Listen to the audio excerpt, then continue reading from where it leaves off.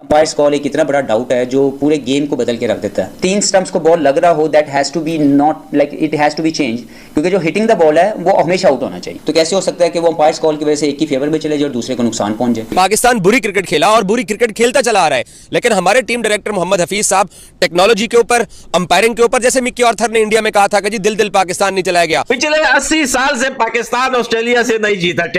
मेरा सवाल हफीज से ये है कि चले मैं मान लेता हूं कि रिजवान का नोट आउट था, बिल्कुल चले आपकी बात ठीक है, लेकिन खाली रिजवान से तो नहीं आप मैच हारे ना, बाकियों ने क्या किया? इनको ट्रक में लेके गए थे और वहां से भी ट्रक में लेके ही आएंगे। पाकिस्तान टीम ने मुकाबला तो सख्त किया और वो किसी ने कहा है ना कि दिल नातवा ने मुकाबला तो खूब किया, 2-4 हाथ लबे बाम रह गए। वो पॉजिटिव इंटेंट का हमने अचार डालना है। क्या कर रहे हैं हम इस पॉजिटिव इंटेंट का, जो हमें श्रीलंका में एशिया कप में भी शिकस्त दिलाई, जो हमें वर्ल्ड कप में भी हम अब रुस्वा होकर इंडिया से वापस आए, और यहाँ ऑस्ट्रेलिया में भी 2 टेस्ट मैचेस खेल के हम दोनों टेस्ट मैचेस हार गए। विच इज वेरी अलार्मिंग कि हम लोग जो है थोड़ा सा भी, एक दफा भारत ने हमारे साथ किया था जब पांड्या ने शॉर्ट बॉलिंग कर दी थी, हम सब आउट होना शुरू हो गए थे।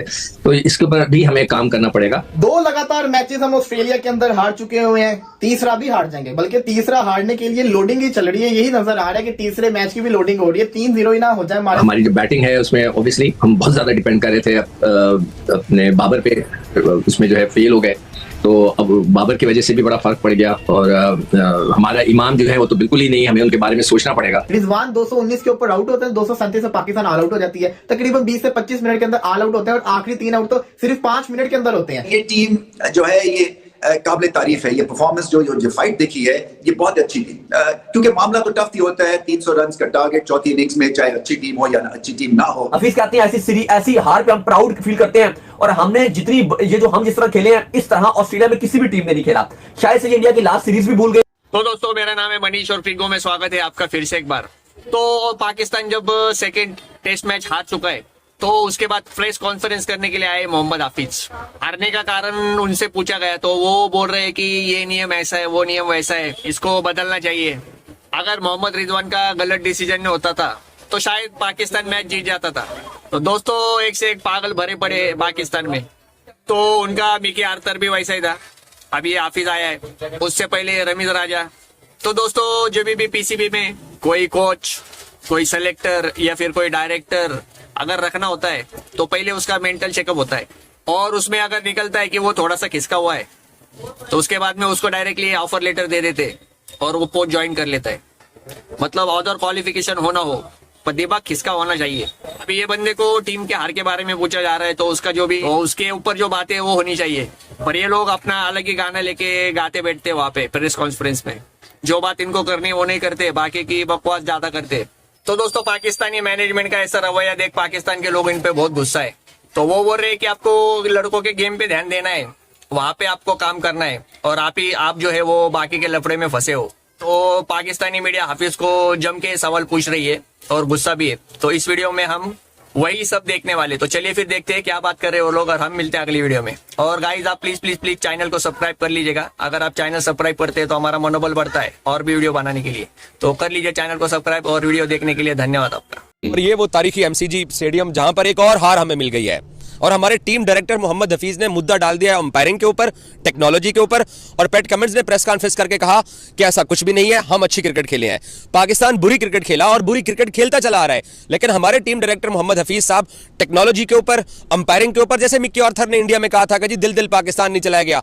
भाई, मैं मानता हूं कि रिजवान का आउट जो है वो क्वेश्चनएबल है, उसके ऊपर आप सवाल उठा सकते हो, और रिजवान साहब भी जिस गेंद को डिफेंड कर रहे हैं, देखिए पैट कमिंस ऑस्ट्रेलियंस में क्यों कहता हूं कि वो समझदार और वो हमसे स्ट्रॉन्ग माइंड रखते हैं गेम के अंदर।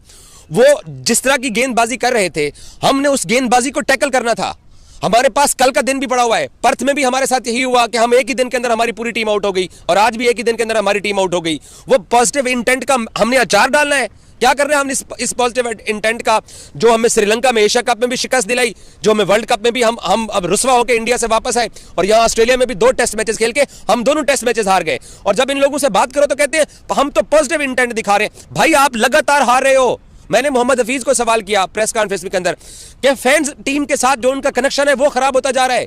लोग इस टीम के साथ प्यार करते हैं, लोगों को पाकिस्तानी टीम के साथ दिलचस्पी है। फैंस सुबह 4 बजे उठ के पाकिस्तानी टीम के मैचेस देखते हैं। 4 बजे कौन अब काम पे जाता है? लोग तो सिर्फ इस टीम को सपोर्ट करने के लिए आते हैं, लेकिन वो जो जिस तरीके से खेलते हैं कहते हैं कि ये पॉजिटिव इंटेंट है। वो डिसीजन जो था ना उसमें अंपायर ने नॉट आउट दिया था। अब जब कॉल हुई ना तो आप अगर पैट कमिंस की बॉडी लैंग्वेज देखें ना तो he was a little bit worried कि मैं लूं या ना लूं, रिव्यू लूं या ना लूं। फिर at the end of the day उसने मतलब 3 या 4 सेकंड रहते थे तो ही ऑप्टेड फॉर रिव्यू। अब जब टीवी अंपायर के पास जब ये डिसीजन जाता है ना तो वो बड़ा ही एक ऐसा डिसीजन था जिसको बड़ा माइन्यूटली देखना पड़ता था। अब there are 2 certain ways of deciding for the TV umpire के आया बॉल जो था वो ग्लव को किस किया है कि नहीं किया, इस पर ही डिसीजन होना था। मेरा ख्याल है कि ऑन फील्ड अंपायर जो था ना ही वाज इन डाउट, तो उसने बेनिफिट ऑफ डाउट जो है ना वो बैट्समैन को दिया। तो उसने कहा अगर वो रिव्यू मांगते हैं तो फिर ये टीवी अंपायर के पास जो है ना ये सारा प्रेशर चला जाएगा और उसके पास टेक्नोलॉजी है तो वो ही would be in a position to ascertain कि ये आउट है कि नहीं है। अब तब उसमें आप देखें कि डिफरेंट तरीके से ना उनके डिसीजन को देखा गया है। 2 लगातार मैचेस हम ऑस्ट्रेलिया के अंदर हार चुके हुए हैं, तीसरा भी हार जाएंगे, बल्कि तीसरा हारने के लिए लोडिंग ही चल रही है। यही नजर आ रहा है कि तीसरे मैच की भी लोडिंग हो रही है। 3-0 ही ना हो जाए हमारे साथ, क्योंकि ना हम वहां पे मैच जीते, 29 साल हो चुके हैं सबर हमारे को, और ड्रा को तो पता नहीं 15 साल के करीब हो चुके हैं। तो बड़ा ही बुरा हाल चल रहा है कि कल हम इंडिया का मजाक उड़ा रहे थे कि वो हारे बुरी तरह से, तो आज हमारे साथ इतनी बुरी होगी कि हम लगातार दोनों मैचेस अपने हार गए हैं। तो सोचना पड़ेगा। देखिए मोहम्मद हफीज ने आज आके जब प्रेस कॉन्फ्रेंस में बातें की तो उन्होंने सारा का सारा जो ब्लेम था वो अंपायरिंग के ऊपर डाल दिया और टेक्नोलॉजी के ऊपर डाल दिया।